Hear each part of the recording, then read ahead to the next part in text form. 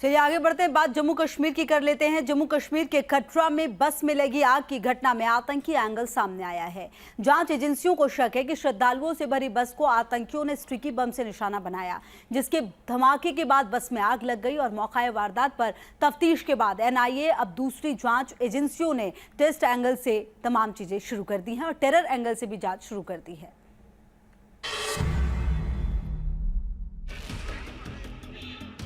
कटरा में धू-धू कर जलती ये बस किसी हादसे का शिकार नहीं हुई, बल्कि शक है कि श्रद्धालुओं से भरी ये बस आतंकी हमले का शिकार हुई और इस बस पर स्टिकी बम से हमला हुआ और जोरदार धमाके के बाद आग लग गई, जिसमें 4 लोग जिंदा जल गए जबकि 26 लोग घायल हो गए थे। बस पर आतंकी हमले की आशंका के चलते नेशनल इन्वेस्टिगेशन एजेंसी एनआईए की टीम ने शनिवार को मौके पर पहुंचकर जांच की।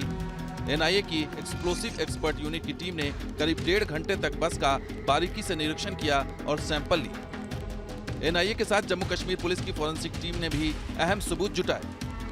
जांच एजेंसियों को शक है कि हमले को अंजाम देने के लिए किसी स्टिकी बम का इस्तेमाल किया गया होगा। बस में सवार श्रद्धालुओं और घटनास्थल के आसपास रहने वाले लोगों ने भी बस में विस्फोट की आवाज सुनने की बात कही, जिसके बाद सुरक्षा एजेंसियों के कान खड़े हो गए और हादसे की टेरर एंगल से जांच शुरू हो गई। तो कटरा से कुछ ही दूरी पे निकलने के बाद ना बस में एक ब्लास्ट हुआ अजीब सा, तो उसका धुआं एक बस में आग लग गई। तो फिर तो हम किसी तरह बच्चों को बचा के कुछ लोग खिड़कियों से कूदने लग गए, पता भी नहीं लगा अचानक क्या हो गया। मैडम मेरी ने कहा कि भाई फायर हुआ है। मैंने कहा कि ब्लास्ट हुआ, टायर फटा होगा या कुछ हुआ, लेकिन बाद में देखा था आर पार के लोग जो इकट्ठे हो गए थे, फिर मैं भी आ गया फौरन इधर। कितनी आवाज सुनी आपने? बहुत बड़ा ब्लास्ट हुआ। बस धमाके के बाद जेकेएफएफ नाम के एक गुमनाम आतंकी संगठन ने हमले की जिम्मेदारी भी ली। हालांकि न्यूज नेशन इसकी पुष्टि नहीं करता है, लेकिन श्रद्धालुओं की बस पर आतंकी हमले का शक इसलिए भी गहरा हुआ है क्योंकि कटरा के इस इलाके से आतंकी संगठनों के कई ओवरग्राउंड वर्कर गिरफ्तार हो चुके हैं।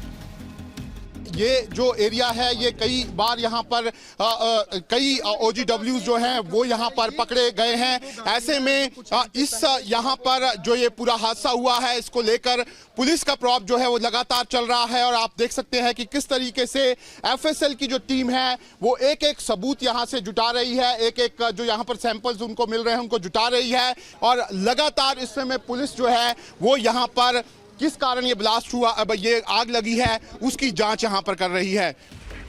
फिलहाल FSL रिपोर्ट का इंतजार किया जा रहा है, जिसके बाद ये साफ हो सकेगा कि बस पर स्टिकी बम से हमला हुआ था या नहीं। लेकिन स्टिकी बम क्या होता है और कैसे ये ज्यादा खतरनाक है ये भी जान लेते हैं। स्टिकी बम दिखने में ID की तरह होते हैं, लेकिन छोटे होते हैं। ये चुंबक की मदद से गाड़ियों में लग सकते हैं और आतंकी दूर से रिमोट के जरिए इन्हें ब्लास्ट कर सकते हैं।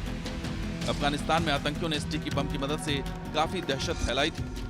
फरवरी महीने में कश्मीर में भी छापेमारी के दौरान कई जगहों पर स्टिकी बम बरामद हुए थे। तब शक जताया गया कि ये स्टिकी बम या तो ड्रोन के जरिए पहुंचाए गए या फिर खुफिया सुरंगों की मदद से कश्मीर तक पहुंचाए गए। जम्मू से शाहनवाज खान के साथ टीम न्यूज नेशन।